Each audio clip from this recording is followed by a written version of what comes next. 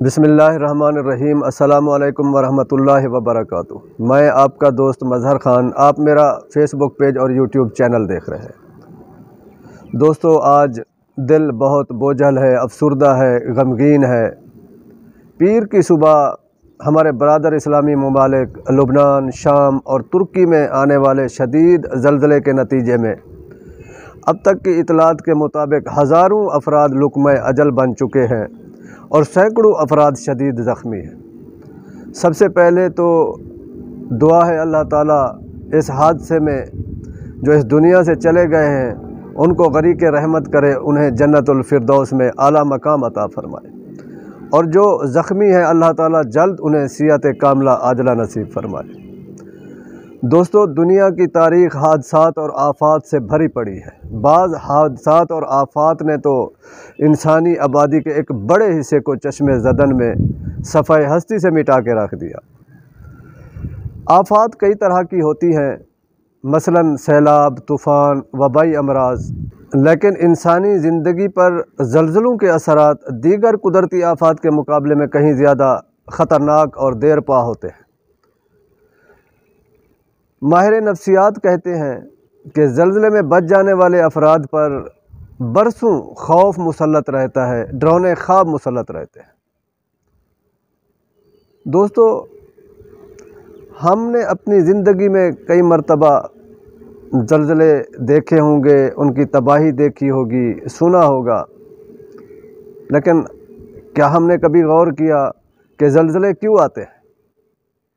اس سلسلے میں سائنس جو بھی وجہ بتائے، جو بھی کہتی ہے، اسباب زلزلہ جو بھی ہوں، لیکن ایک مسلمان ہونے کی حیثیت سے ہمارا یہ ایمان ہونا چاہیے کہ کائنات کا کوئی ذرہ، کوئی پتہ اللہ کی مرضی، اللہ کے ارادے کے بغیر نہیں ہلتا۔ سنن ترمذی کی ایک حدیث ہے جس کے مفہوم سے زلزلے کے اسباب کو سمجھنے میں مدد ملتی ہے۔ حضرت ابو ہریرہ رضی اللہ تعالی عنہ روایت کرتے ہیں کہ نبی کریم صلی اللہ علیہ وآلہ وسلم نے فرمایا، جب مندرجہ ذیل باتیں دنیا میں پائی جانے لگیں تو اس زمانے میں سرخ آندھیوں اور زلزلوں کا انتظار کرو، زمین میں دھنس جانے اور صورتوں کے مسخ ہونے کا انتظار کرو، آسمان سے پتھروں کا برسنے کا منتظر رہو۔ وہ باتیں کون سی ہیں؟ نمبر 1، مال غنیمت کو گھر کی دولت سمجھی جانے لگے، علم دین دنیا کے لیے حاصل کیا جائے، امانتیں دبا لی جائیں، زکوٰۃ کو تاوان اور بوجھ سمجھا جانے لگے، جب کوئی انسان بیوی کی اطاعت کرے، ماں کی نافرمانی کرے، دوست کو قریب کرے، باپ کو دور کرے، مساجد میں شور و غل ہونے لگے، کسی انسان کی عزت اس لیے کی جائے تاکہ وہ شرارت نہ کرے، شراب و شباب عام ہو جائے، گانے بجانے کے آلات عام ہو جائیں، بعد میں آنے والے لوگ امت کے پچھلے لوگوں پر لعنت کریں۔ نبی کریم صلی اللہ علیہ وآلہ وسلم نے فرمایا، جب یہ باتیں دنیا میں پائی جانے لگیں تو زلزلوں کا، سرخ آندھیوں کا، آسمان سے پتھروں کے برسنے کا انتظار کرو۔ دوستو، ذرا غور کریں ٹھنڈے دل سے، انصاف کے ساتھ، ان مذکورہ باتوں میں سے کون سی ایسی بات ہے جو ہم میں نہیں پائی جاتی؟ اللہ کے حبیب حضرت محمد مصطفیٰ صلی اللہ علیہ وآلہ وسلم نے 1400 سال پہلے اس کی اطلاع دے دی تھی۔ جہاں یہ ارشاد عالیہ اسلام کی حقانیت کی واضح دلیل ہے، وہاں دوسری طرف زلزلوں کی وجوہات کو سمجھنے میں بھی مددگار ہے۔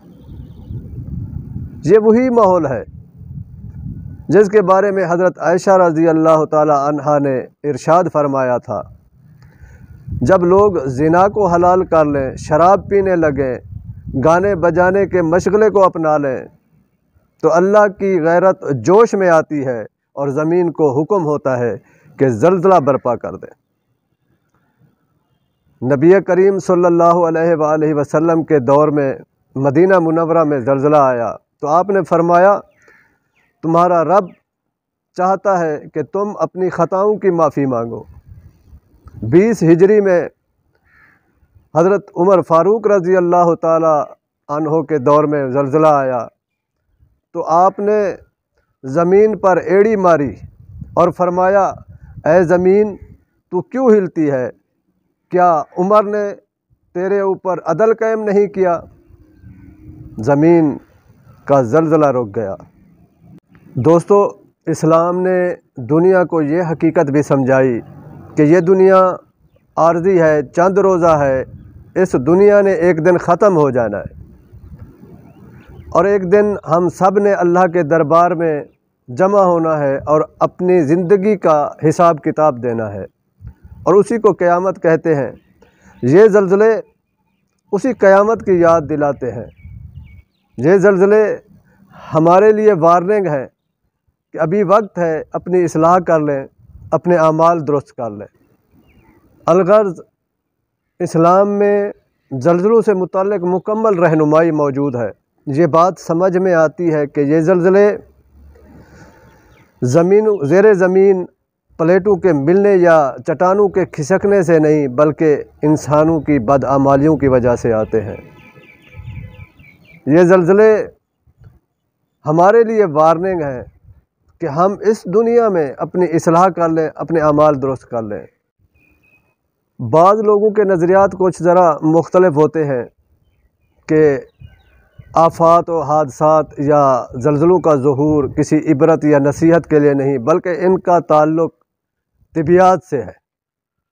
افسوس کا مقام تو یہ ہے کہ غیروں کے ساتھ ساتھ کچھ اپنے مسلمان بھائی بھی اسے محض سائنس کا کرشمہ سمجھتے ہیں اور جانی و مالی حفاظت کا تذکرہ کرتے ہیں، توبہ استغفار کو ضروری ہی نہیں سمجھتے۔ اس لیے ایک صاحب ایمان شخص کے لیے اس کے سوا اور کوئی چارہ نہیں کہ وہ کہے کہ اس کائنات کا کوئی ذرہ، کوئی پتا اللہ کی مرضی، اللہ کے ارادے کے بغیر نہیں ہلتا۔ لہٰذا سر تسلیم خم ہے۔ جو کچھ ہوا بالکل اللہ کی حکمت کے عین مطابق ہوا۔ اب وہ حکمت ہماری سمجھ میں آئے یا نہ آئے، ہم اس پر کوئی رائے زنی نہیں کرتے۔ ہم اس بحث میں پڑنے کی بجائے متاثرین کی جو مدد ہو سکتی ہے ہم وہ کریں،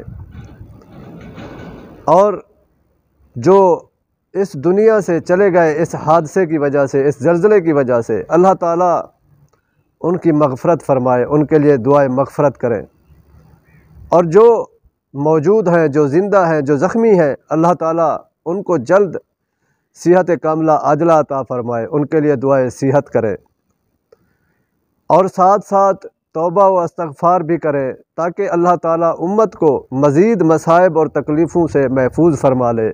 آمین۔ وآخر دعوانا ان الحمد للہ رب العالمین۔